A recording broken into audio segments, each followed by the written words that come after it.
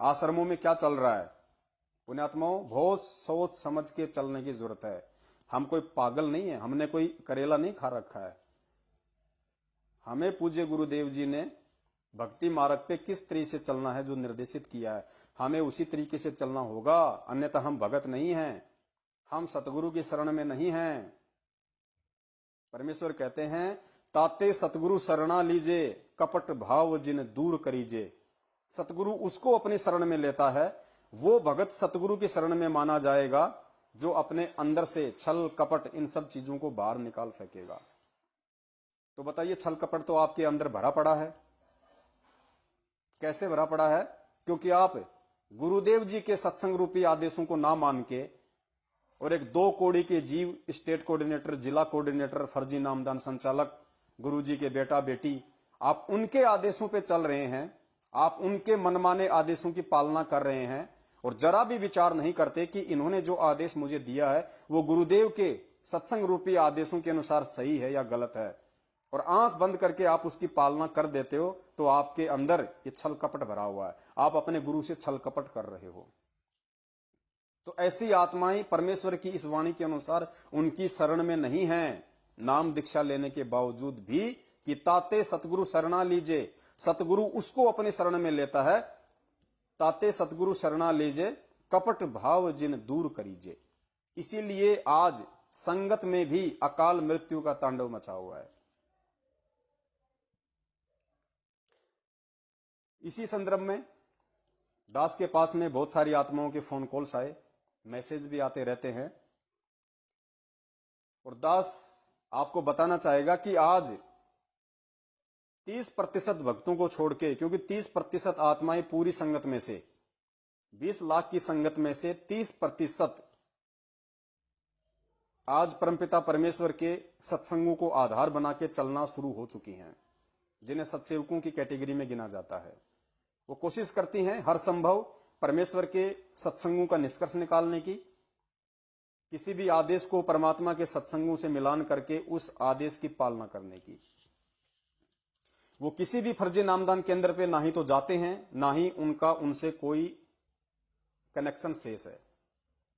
वो किसी भी फर्जी आश्रम में नहीं जाते, चाहे मुंडका हो, चाहे भिवानी हो, चाहे जींद हो, चाहे हिसार हो, चाहे रोहतक हो। वो किसी भी कुपात्र व्यक्ति को ज्योति पाठ दान का 1 नया रुपया नहीं देते, क्योंकि उन्हें परमेश्वर का लिखित संविधान अच्छे से पता है कि गुरु बिन माला फेरते, गुरु बिन देते दान, गुरु बिन दोनों निष्फल है, चाहे पूछो वेद पुराण। कि अगर मैंने कुपात्रों को दान धर्म दिया तो उसका उल्टा परिणाम मुझे स्वयं भी भोगना पड़ेगा, लेने वाले को तो समय आने पे भोगना ही भोगना पड़ेगा। वो किसी भी आश्रम में जाके ज्योति और पाठ नहीं करवाते, क्योंकि उन्हें परमेश्वर के विधान का पता है, वो परमेश्वर की वाणियों से परिचित हैं कि पाठ करने का अधिकारी सिर्फ और सिर्फ परम पूज्य सतगुरु रामपाल जी महाराज जी हैं। परमपिता परमेश्वर सतगुरु रामपाल जी महाराज जी के अलावा या उनके द्वारा रिकॉर्डेड जो सीडी या डीवीडी हैं, जो मेमोरी कार्ड हैं, उस आवाज के अतिरिक्त अगर कोई अन्य व्यक्ति उनकी अनुपस्थिति में, देखिए अपनी अनुपस्थिति में चाहे परमेश्वर गधे को भी पाठ पे बैठा दे तो हमारे को स्वीकार्य है, क्योंकि वो परमेश्वर ने सन्मुख आदेश देके उसको पाठ करने के लिए कहा है। तो परमेश्वर की शब्द शक्ति से फिर वो जिस भी पाठ को करेगा, जिस भी पुस्तक को पढ़ेगा, चाहे वो गरीबदास जी महाराज जी की वाणी हो, चाहे वो कबीर साहिब जी की वाणी हो या अन्य कोई पुस्तक हो, वो जिस भी ग्रंथ का पठन पाठन करेगा, सतगुरुदेव जी के आदेश से उसके शब्द में ऑटोमेटिक शक्ति होगी, सामने वाले पे असर करेगा। लेकिन गुरुदेव की गैर हाजिरी में, जैसे आज वर्तमान का समय है, आज गुरुदेव हिसार जेल में है और बाहर उनके आदेशों की आड़ में मनमुखी रूप से जो जगह जगह पाठ प्रकाश किए जा रहे हैं, उन पाठ प्रकाश के करने से किसी को कोई लाभ नहीं होना है, क्योंकि परमेश्वर का आदेश नहीं है। और जब तक परमेश्वर का आदेश ना हो, अगर परमेश्वर उपस्थित नहीं है और यदि वो आदेश देते हैं तो उस समय भी परमेश्वर के द्वारा रिकॉर्डेड जो पाठ प्रकाश की वाणी है, जब तक उसको ना चलाया जाए और कोई भी व्यक्ति उस पाठ प्रकाश की सीट पे बैठ के अगर अपने मुख से ग्रंथ साहिब का पठन पाठन करेगा तो पुण्यात्माओं आपको 0% लाभ भी नहीं मिलना, क्योंकि वो अनाधिकारी है, वो अधिकारी नहीं है। ये सारी बातें परमपिता परमेश्वर जी ने अपने सत्संगों में विस्तार से बताई हुई है। और भगत इन चीजों को नहीं समझ पाते हैं क्योंकि सत्संग सारे नहीं सुन पाते हैं। इसके लिए परमात्मा ने साध संगति को दूसरा माध्यम चुना था, इस ज्ञान को भगत समाज तक पहुंचाने के लिए। आश्रम में भी गुरुदेव जी के सत्संगों के बाद भगत भाई बहन आपस में बैठ के डिस्कस किया करते थे, गुरुदेव की महिमा का गुणगान किया करते थे, एक दूसरे नए पुराने भगत से सलाह मशवरा किया करते थे। उसको कहते हैं साध संगति, ग्रुप डिस्कशन। तो यहां अब आप जी इस सत्संग को ध्यान से सुनिए, जिसमें पूज्य गुरुदेव पाठ प्रकाश के विषय में कितनी गहनता से समझा रहे हैं। गुरुदेव कहते हैं यदि इन वाणियों को, यदि इस पाठ को मुझ रामपाल दास के अलावा यदि अन्य कोई व्यक्ति करेगा तो आपको लाभ नहीं मिलेगा। जबकि गुरुदेव ये भी कह सकते थे, क्योंकि ये आश्रम में किया गया सत्संग है, 2011 का ये सत्संग है।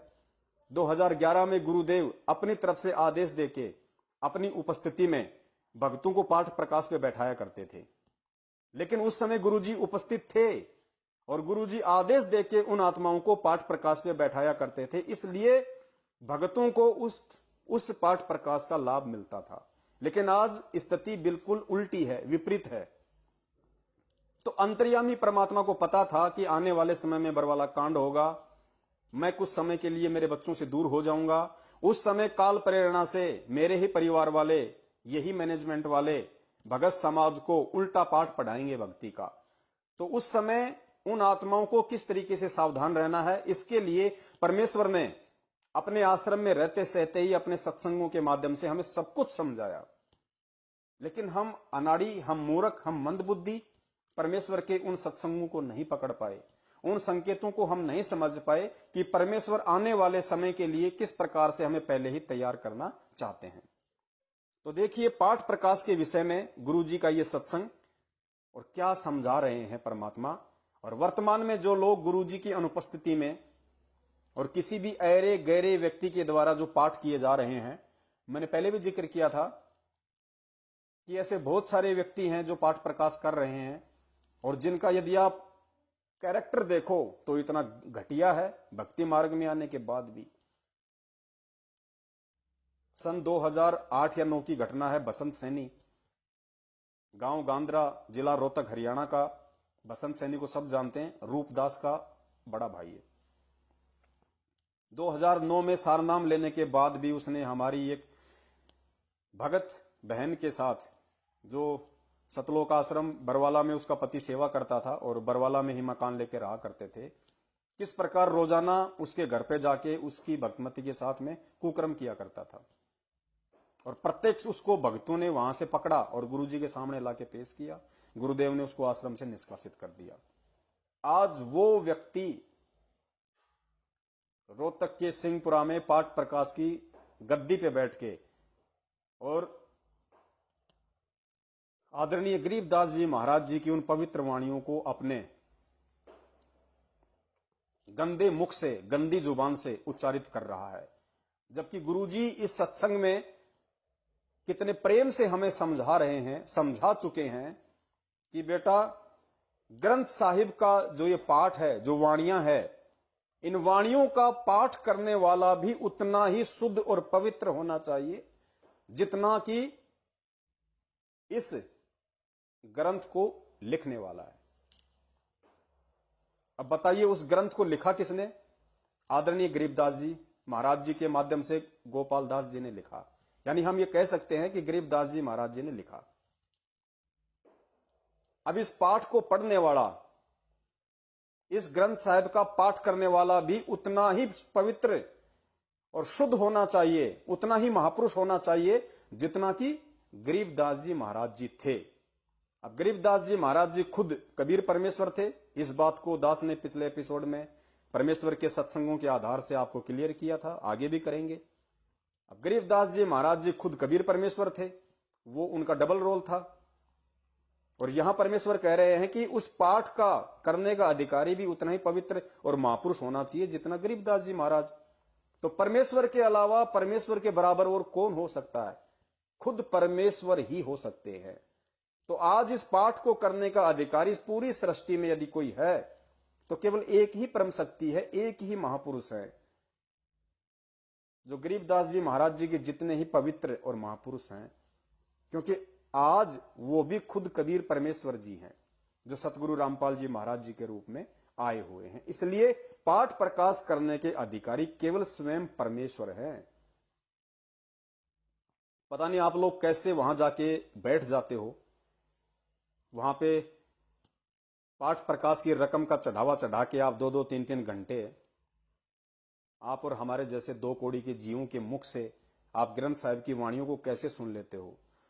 दास के मोबाइल पे भी अनजाने में यदि मुंडका, दिल्ली, भिवानी में जो पाठ प्रकाश किए जा रहे हैं और उन लोगों की आवाज सुन लेता हूं, पुण्यात्मा यकीन मानना 5 सेकंड भी वो आवाज दास को नहीं सुहाती है। 5 सेकंड भी उस वीडियो को नेक्स्ट कर देता हूं, क्योंकि उनके शब्द में शक्ति नहीं है, उनके शब्द में प्रभाव नहीं है, हो ही नहीं सकता, क्योंकि वो जीव है।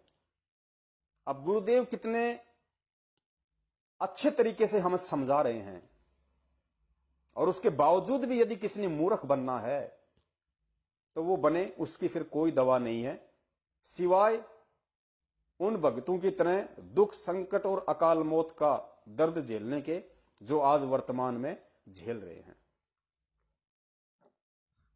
सुनिए पूज्य गुरुदेव जी के मुख कमल से।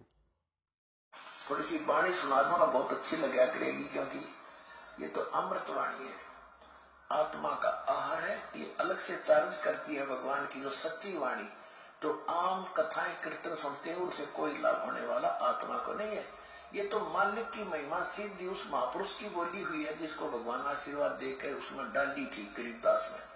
और गरीबदास जी की वाणी अब दास पढ़ा रहा है, क्योंकि इसको पढ़ने वाला भी उतना ही पवित्र चाहिए जितना महापुरुष हो।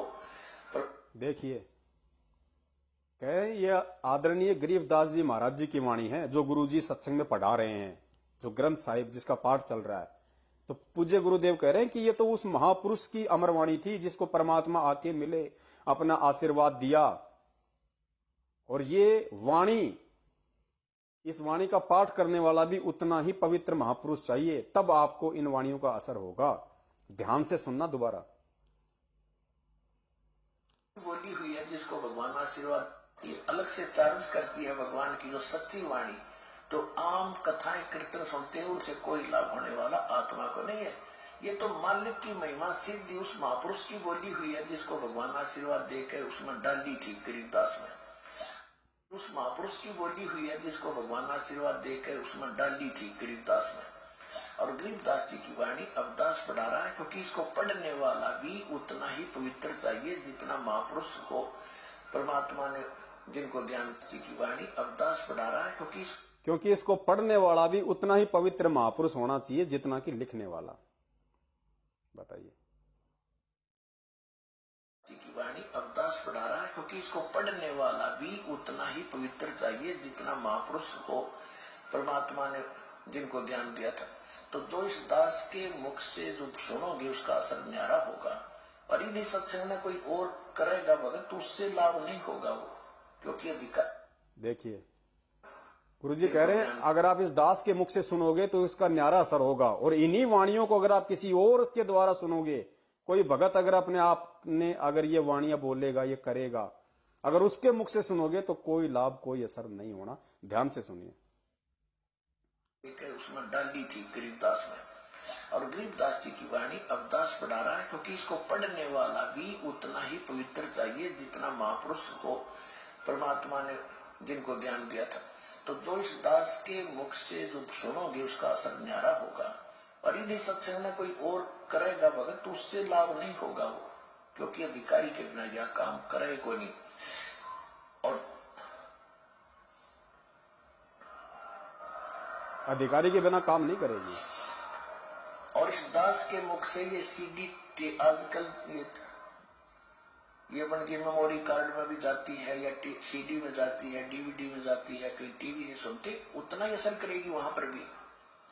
वहां भी ऐसे असर करेगी क्योंकि दास का बोला हुआ सत्संग वचन परमात्मा की ताकत साथ जाती है इस दास के माध्यम से, तो उतना ही काम करेगी। तो इसलिए की ताकत साथ जाती है इस दास के माध्यम से, तो उतना ही काम करेगी। तो इसलिए जो अन्य कोई अटपट करेगा बीच में, अपनी महिमा बढ़ाओगा, मार खाओगा, यही परमात्मा के वचन सुना दो, डीवीडी लगा दो, चिप सुना दो, आपको भी लाभ होगा, सामने वाले की रक्षा करेगा। अगर कोई अपने इस ज्ञान को चुरा कर आप पर प्रभु पाकेगा तो उसकी मट्टी होगी, तो थोड़े दिन में फिर वो पकड़ा भी जाओगा, क्योंकि तो बस विस्तार फैल रहा है भगवान का। देखिए परमात्मा ने कितने विस्तार से समझा दिया कि इन वाणियों को आप इस दास के मुख से बोली हुई जो डीवीडी है, सीडी है, मेमोरी कार्ड है, चिप है, क्योंकि गुरुदेव ने पूरा जो ग्रंथ साहिब का जो पाठ है उसको करके और डीवीडी में उसको भरवा रखा है, सीडीओ में उसको भरवा रखा है। तो गुरुदेव कहते कि अगर कोई अपनी तरफ से अटपट करेगा, अपनी महिमा बनाना चाहेगा, तो वो मार खा जाएगा। अगर किसी को सुनाना है तो इस दास के मुख से बोली गई जो डीवीडी है, जो चिप है, उन वाणियों को लगा दो। तो पुण्यात्माओं बताइए, आप मुंडका या जहां भी इन लोगों ने अपनी अटपट करके और मनमुखी रूप से संगत को ठगने के लिए जो पाठ प्रकाश शुरू कर रखे हैं, क्या वहां पे गरीबदास जी महाराज जी की वाणियों को क्या गुरुजी की डीवीडी या सीडी के माध्यम से सुनाया जाता है? नहीं। वहां आप जैसे भगत भाई बहन बारी बारी बैठते हैं, कोई 10-10 मिनट के लिए, 20-20 मिनट के लिए, और वो अपनी आवाज में गरीबदास जी महाराज जी की वाणियों का पाठ करते हैं। तो सोचिए आपको लाभ कहां से होगा। खुद गुरुजी कह रहे हैं कि इन वाणियों को पढ़ने वाला भी उतना ही पवित्र चाहिए, उतना ही महापुरुष होना चाहिए जितना कि गरीबदास जी महाराज जी थे। तो भगत समाज सन 2014 के बाद से जो दुखी है, जो परेशान है, भक्ति करते करते भी ठोकरे खा रहा है, आंखों के सामने अकाल मृत्यु हो रही है, उसका नतीजा यही है कि हम परमपिता परमेश्वर के सत्संग रूपी आदेशों को छोड़ के और किसी भी ऐरे गहरे व्यक्ति के कहने से, उनके परिवार वालों के कहने से, स्टेट कोऑर्डिनेटर के कहने से, नामदान संचालक के कहने से अपनी भक्ति क्रियाओं को अधिक महत्व दे रहे हैं, तो उसका लाभ बिल्कुल होना ही नहीं है। क्योंकि आप जो पाठ प्रकाश का या ज्योति का पैसा इनको पात्रों के हाथों में नामदान केंद्रों पे जाके या इनके आश्रमों में जाके जो जमा करवा रहे हैं, ये उल्टा आपको संकट में डालेगा, उल्टा आपके लिए परेशानियां पैदा करेगा। क्योंकि दास के पास में इसी तरह के फोन कॉल्स आते हैं।